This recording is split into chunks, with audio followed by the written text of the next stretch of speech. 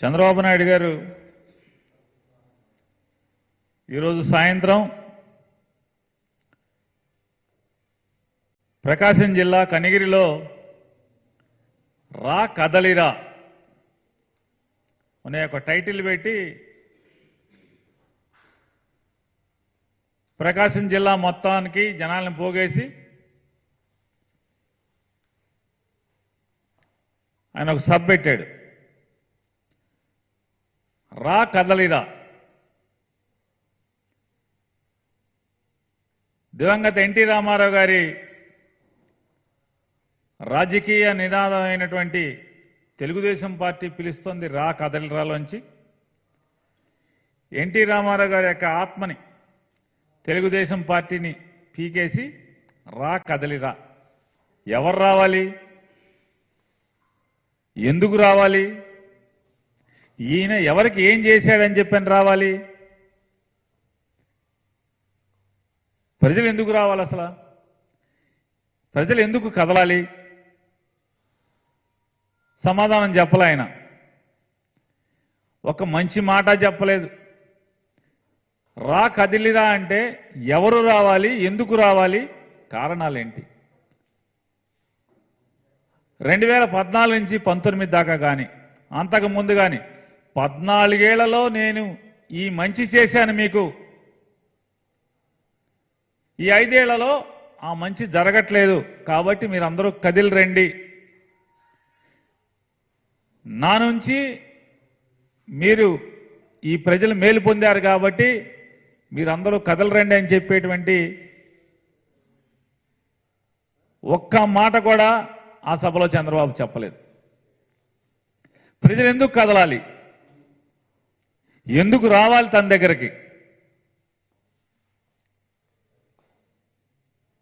ఎంత అంటే పగవాడికి కూడా చంద్రబాబుకు పట్టినటువంటి దుర్గతి పట్టకూడదు రాజకీయాల్లో. గంటన్నర సేపు సభ మాట్లాడి ఆయన ఎంతసేపు జగన్మోహన్ రెడ్డి గారిని తిడతాం, జగన్మోహన్ రెడ్డి గారిని దూషించటం, చంద్రబాబుకి గాలి కొట్టుకోవటం. ఎవడన్నా మనకి పక్కోడు మనకి గాలి కొడితే సమ్మగా ఉంటుంది, కానీ ఈయన గాలి ఈయనే కొట్టుకుంటూ ఉంటాడు. అసత్యాలతో కూడినటువంటి పొగడ్తలు. జగన్మోహన్ రెడ్డి గారిని దూషించటం.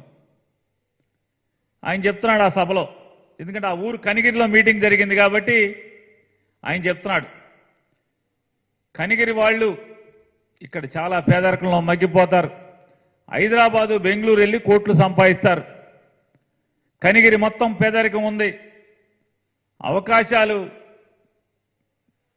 లేక కనిగిరి వాళ్ళు బయటికి వెళ్తున్నారు, నన్ను తీసుకురండి, నేను వచ్చి కనిగిరిలో బెంగళూరు హైదరాబాద్ లాంటి అవకాశాలు కల్పిస్తాను, కనిగిరి వాళ్ళకి బెంగళూరులో హైదరాబాద్లో దొరికేటటువంటి అవకాశాలను నేను కల్పిస్తాను కనిగిరిలో అని చెప్తున్నాడు. ఇది పాపం మాటలు కదా, ఎంత పాపం. 2019 దాకా ఎవడున్నాడు? చంద్రబాబే కదా ఉన్నది, నువ్వే కదా ఉన్నది. మరి కనిగిరి గుర్తు రాలేదా అప్పుడు? కనిగిరి వాళ్ళకి మరి ఎందుకు అవకాశం కల్పించలా? 2014కు ముందు కూడా ఉన్నాం కదా మనం, ఒక 9 ఏళ్ళు. అప్పుడేం చేశాం?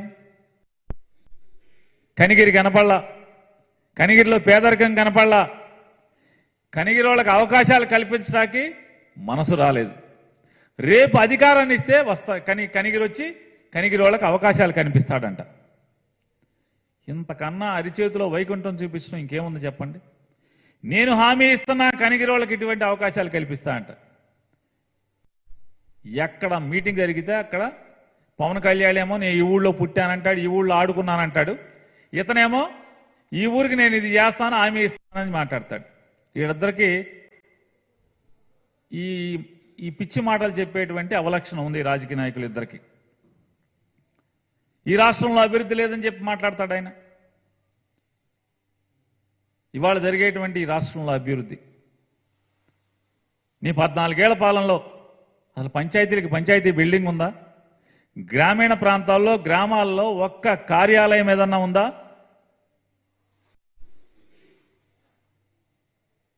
ఏముంది నీ 14 ఏళ్ల పరిపాలనలో ఇవాళ జగన్మోహన్ రెడ్డి గారు చేసే దాంట్లో అవన్నీ ఏమైనాయి? ఇవాళ 17 మెడికల్ కాలేజీల నిర్మాణం కానీ, లేదా 4 పోర్టుల నిర్మాణాలు కానీ, లేదా రాష్ట్ర వ్యాప్తంగా వందల సంఖ్యలో రైతు భరోసా కేంద్రాల నిర్మాణం కానీ, లేదా సచివాలయ భవంతుల నిర్మాణం, అంటే పంచాయతీ ఆఫీసులు దాంట్లో ఉండేట్టుగా సచివాలయ భవంతుల నిర్మాణం కానీ, గ్రామీణ ప్రాంతాల్లో గ్రామాల్లో ఇంటర్నల్ రోడ్ల నిర్మాణం కానీ, ఇలాంటి అనేక పాఠశాలల నిర్మాణాలు కానీ, ఇదేం అభివృద్ధి కాదా? ప్రైవేటు ఈ 5 సంవత్సరాల్లో ఎన్ని ప్రైవేటు పరిశ్రమలు వచ్చినాయి? ఎన్ని లక్షల కోట్ల రూపాయలు ప్రైవేటు పరిశ్రమల ఏర్పాటుతో ఈ రాష్ట్రానికి తరలి వచ్చినాయి? ఇవాళ ఆయన చెప్తాడు, ఆదాయాన్ని పెంచి ఏ ప్రభుత్వం అయితే వ్యక్తుల యొక్క ప్రజల యొక్క ఆదాయాన్ని పెంచి వారి ఖర్చులు తగ్గిస్తే అదే సుపరిపాలన అంట. చంద్రబాబు నాయుడు గారు అసలు ఈ 14 ఏళ్లలో ఎవరి ఆదాయం ఏం పెంచాడు, ఏం ఖర్చులు తగ్గించాడు అని చెప్తున్నాను. రేట్లు ఎప్పుడన్నా తగ్గించాడా చంద్రబాబు పరిపాలనలో? అతను 14 ఏళ్ల పరిపాలనలో ఎప్పుడన్నా రేట్లు తగ్గించాడా? అప్పుడు దాకా తను ప్రమాణ స్వీకారం చేసే రోజుకున్నటువంటి ఏ వస్తువు రేట్ అయినా, కరెంటు ఛార్జీలు తీసుకుందాం, ఏదైనా ఆర్టీసీ బస్సులు తీసుకుందాం, దేని రేట్ అయినా తగ్గించాడా? మోసపు మాటలు. ఆయనంట అమెరికాకి దారి చూపించాడంట. ఆ దారిలో అనేక మంది ప్రకాశం జిల్లా నుంచి వెళ్ళిపోయి అమెరికాలో కోట్ల రూపాయలు సంపాదించుకుని సెటిల్ అయిపోయారంట. బాగా సంపాదించారంట ఆయన చూపించిన దారిలో ఎంతో మంది వెళ్ళి. ఈయన లేకపోతే మామూలుగా ఈయన ముఖ్యమంత్రి అయ్యే వరకు అసలు ఆంధ్రప్రదేశ్ రాష్ట్రం నుంచి ఎవడు అమెరికా వెళ్ళలేదు, విదేశాలు వెళ్ళలేదు, విమానం ఎక్కలేదు ఎవడు. ఈయన వచ్చి అందరినీ మామూలుగా తాళ్ళేసి కట్టి విమానం ఎక్కి చెప్పించాడు, పలకా పలకం పెట్టి చదువు నేర్పించాడు.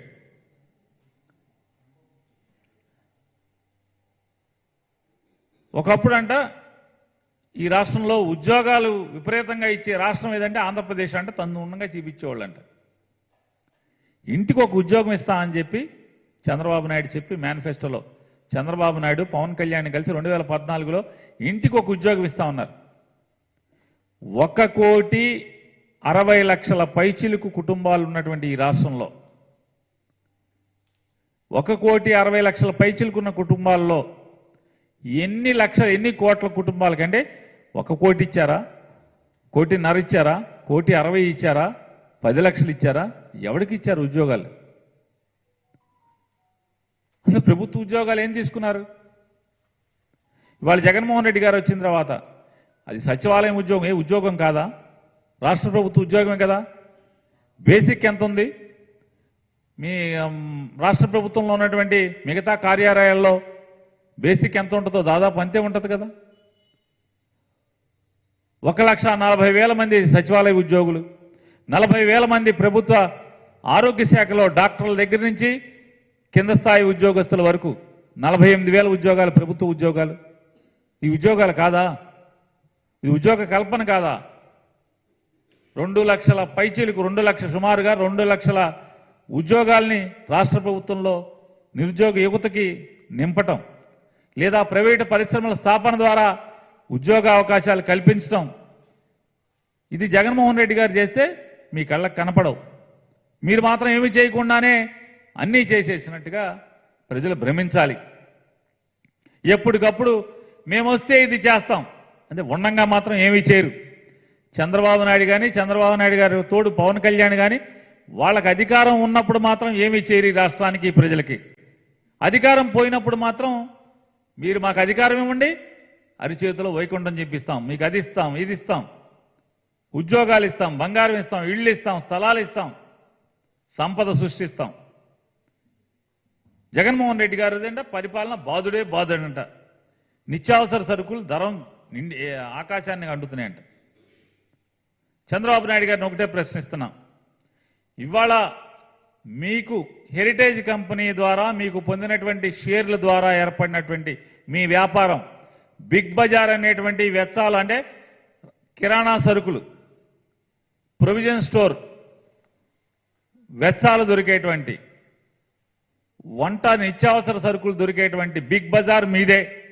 మీకు, మీ భార్య గారికి, మీ కొడుకు గారికి, మీ కోడల గారికి, మీ మనవడ గారికి వాటాలున్న సంస్థ బిగ్ బజార్.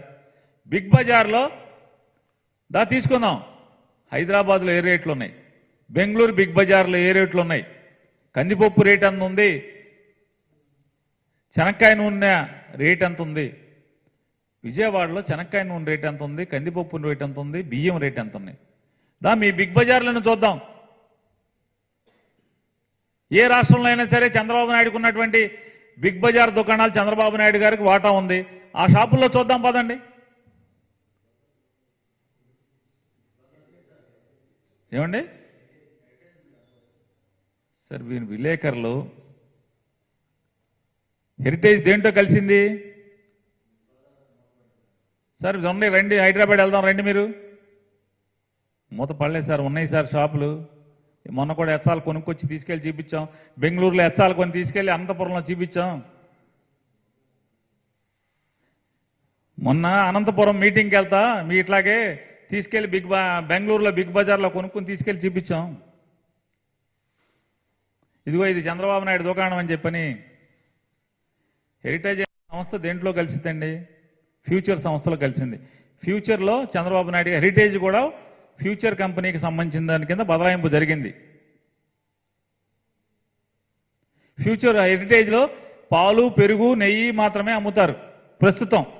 అంతకుముందు అన్నీ అమ్మేవాళ్ళు. పాల ప్యాకెట్ రేట్ ఎంత ఉంది, నెయ్యి కేజీ ఎంత ఉంది హెరిటేజ్లో? బెంగళూరులో ఎంత ఉంది, హైదరాబాద్లో ఎంత ఉంది? అదే 360, 370 కదా అర కేజీ నెయ్యి. పాల ప్యాకెట్ అర లీటర్ అదే 30, 32 రూపాయలే కదా. ఎక్కడైనా అదే ఉంది కదా. ఏ ఆంధ్రప్రదేశ్లో రేట్ ఏమైనా తక్కువ, మీరు ఎక్కువ అమ్ముతున్నావా లేదా మీరేమన్నా తక్కువగా అమ్ముతున్నారా మీ హెరిటేజ్ దాంట్లో? పోనీ తేడాలు ఉన్నాయా? బెంగళూరుకి, హైదరాబాద్కి, విజయవాడలో మీ షాపుల్లో మీ హెరిటేజ్ పాల ప్యాకెట్లు ఏమైనా తక్కువ రేట్లకు అమ్ముతున్నారా? పోనీ నెయ్యి ఏమైనా వ్యత్యాసం కనబడుతుందా ఆంధ్రప్రదేశ్కి, బెంగళూరుకి, అక్కడికి ఇక్కడికి ఏమన్నా? అంటే మరి వ్యత్యాసం ఉంటే మీ దుకాణాల్లోనే ఉండాలి కదా, తేడాలు లేవు కదా. అంటే పచ్చి మోసపు మాటలు, దగా మాటలు. జగన్మోహన్ రెడ్డి గారి ప్రభుత్వంలో కిరాణా సరుకులు పెరిగినాయి అని చెప్పని. పోనీ రామోజీరావు గారు మీ మాటలని రామోజీరావు గారు కూడా తప్పుడు రాతలు రాస్తున్నాడు కదా. ప్రియా ఉత్పత్తులు తయారు చేసే దాంట్లో ఆంధ్రప్రదేశ్లో మీ పచ్చళ్ళు, ఒడియాలు, అప్పడాలు అన్నీ అమ్ముతున్నారు కదా. అన్నీ అమ్మందేముంది? అమ్మే దాంట్లో హైదరాబాద్లో మీ ప్రియా పచ్చళ్ళు రేట్ ఎంత, ప్రియా శనగపొడి రేట్ ఎంత, ప్రియా కందిపొడి రేట్ ఎంత, ప్రియా అప్పడాల రేట్ ఎంత, బెజవాడలో రేట్లు ఎంత? ఏం తేడా ఉన్నాయా? ఎందుకు తేడా ఉండట్లేదు? తేడా ఉండాలి కదా. ఇటువంటి అబద్ధపు మాటలు, విషపు మాటలు, విషం చెమ్మటం, బురద చెమ్మటం పనిగా పెట్టుకుని ఇవాళ లేని దాన్ని సృష్టించటం, ప్రచారం చేసి ఈనాడు, జ్యోతి, TV5, ఈటీవీ, ఏబిఎన్ టీవీ, మహా టీవీ ఇట్లాంటి టీవీలు, పేపర్ల ద్వారా జగన్మోహన్ రెడ్డి గారి మీద అసత్యాల్ని, విషాన్ని అక్షర రూపంలో, వార్తల రూపంలో చిమ్మి ఈ రకమైనటువంటి తప్పుడు మాటలు మాట్లాడుతున్నది వాళ్ళు చంద్రబాబు నాయుడు గారు. ఒకసారి ఆత్మ పరిశీలన చేసుకోమని చెప్పి మాట్లాడుతున్నాను. ఇవాళ ఆయన మాట్లాడతాడు, ఎక్కడ చూసినా రైతు ఆత్మహత్యలు అంటే ఈ 4 ఏళ్లలో.